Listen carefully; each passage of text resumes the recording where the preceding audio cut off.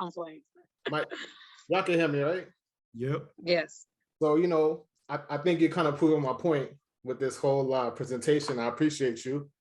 I think that I think we're not good at long-term relationships. I think we're good at situationships, friends with benefits, sneaky links, side chicks. That's what we're good at. I'm sure, like, not to bring up the young lady's name, she mentioned situationship, like it was, like, I would have mentioned that, because that's like a weird in-between space, but I think we like that gray area. And I think more to your presentation, it's the way that we don't have to be accountable to someone else. So when we in these situationships, friends with benefits, you could do what you want. Nobody can tell you nothing. You have flexibility. You could date other people. You could talk to other people. You could have sex, don't have sex. And it never builds anything serious. And if they do something you don't like, you just keep it moving. So this is why I mentioned before that I don't think most people that in the dating market are not looking for anything long-term. They're definitely not looking for marriage, especially when some of the women are focused on careers or if they have a kid. I don't think any man wants to be second to anything, not a child, not a career. So I'm just keeping it like that, but I'm glad you brought it up. Yeah. That was one of the rare instances where I agree 100% with everything you said, and it's very insightful that you said there. We're not prioritizing it on any level. We're more comfortable in the gray area. We're more comfortable with situationships, transient sexual encounters and relationships, and we just keep it pushing. We don't want to have those long-term relationships. We don't got no ladies that want to weigh in. Ladies, get your hands up. I have a question. Oh, okay. We try to go to people. Oh, that's a female. I'm gonna let a female talk. Go ahead. Go ahead, Samantha. You're co-host.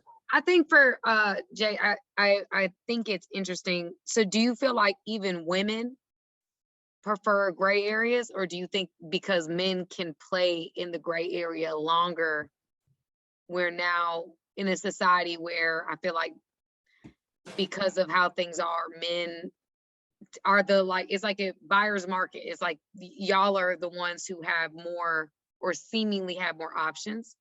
I think so do you think that it's because men like gray areas, they're able to do what they want to do, and then women just act like they like it and kind of acculturate to that because that's what men seem to like, so that's what they're doing?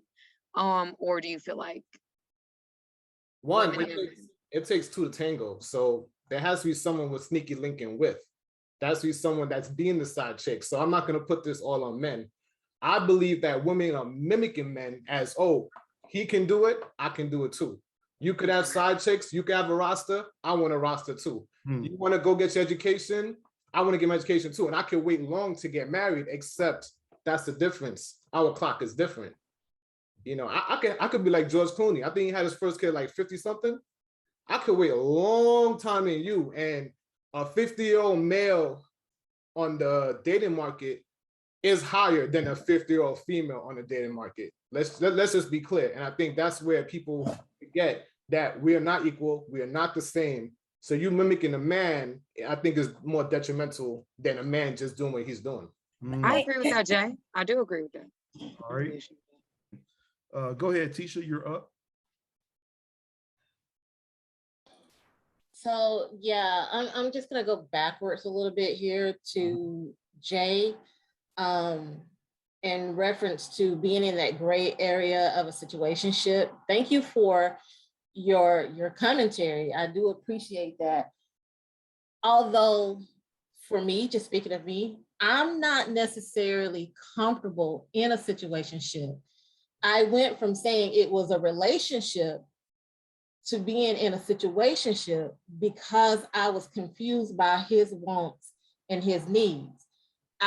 Because I care about this person, I'm not ready to walk away from it, but I see a clear exit at this point because I need more communication and understanding, more clarity from him. And because of the type of personality that he has, it's hard for me to get clarity without him going around in a circle. The next point I want to make is, you guys talked about attractiveness. Actually, I'm gonna go back. I think women have a harder time in the dating realm because of the expectations that social media and men have put out there for us. There's such a high expectation of women. I don't think men have it as hard as women do. That's all I have to say about that. And I'm gonna hang around a little longer, but I'm getting ready to log off because I gotta get ready for work. She gonna Tisha, block that him. bomb. That's what we need to do. She dropped that bomb and said she gotta get up out of here. And that's why I say, Jay, I'm not comfortable in a situationship because I'm assessing where I want to be. And if it doesn't work out this time, I'm walking away, regardless of how much I love this man, regardless of how much I want to stand by him and be the woman he needs or wants or is looking for. I can't keep going through this emotional roller coaster, which is why I'm here in this group, because I'm really trying to break down and understand me in this situation so that when I walk out, I'm out. I'm not walking out with regrets or what ifs. I'm gone. Peace out. Oh, no, sound like you're gonna give him another round. Hold on, y'all. Hold on. We can't just have everybody just. Yeah. Don't skip over Jay. Let me respond a little. Hold on. We can't have everybody. If y'all want to react, just there's a reaction button at the bottom, and you'll be in the queue. But we got to be in order here, y'all. Let Bacchus Jr. get something in there. Go ahead, Jay. Say what you gotta say. Tisha, I didn't mean to come at you, but I'm gonna tell you something a little harsh. I think you like the roller coaster. You like not knowing where you stand. I think you're addicted to it. And I think you're not going nowhere. And I think you're going to stay exactly where you are with that same person. And that's going to be your guy until he's ready to move on. Because I believe that men that are interested, they're not going to leave it vague. They're not going to keep you guessing back and forth. So I think he has you where you want you and you like it. So I'm going to move on to something else. I think when we frequent advice that we give to younger men, well, I've gotten this advice also, is that when you date women and they have you want to assess a relationship with their father. So if they have a good relationship with their father, you're like, yeah, she respects men. That's just the thinking. So when you have, and most of us, like me, myself, I'm from a broken home. My parents weren't married. So when you date people who don't have marriage foundation with their family, they might not seem to put, marriage in high regard. They might not value it. So I think that might have to go into a part of it, is that where does the background of this person come from? Do they have a good foundation on marriage? Do they have good examples of marriage? Are their parents married? And that might take some influence on if they have a high regard for marriage. Is marriage important for them?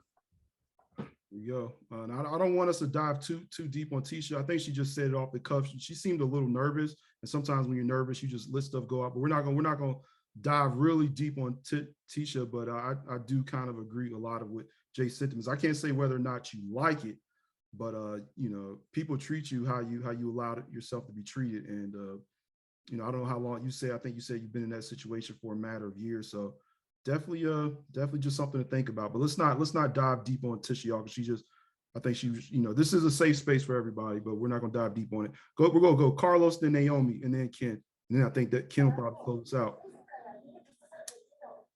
Yeah, going back to Bacchus's club analogy, I think I don't know what percentage of that is true, but if it is true, I think it's for the vast majority of us, I think it's probably best to stay alone. There you go, man. I don't know, man. I don't think we're supposed to be alone, but that's interesting perspective. And somebody Tay said, "Dang, Jay, I need to hear that." So that hard truth, it hits in the spot for some. But there you go. So some people were really feeling that.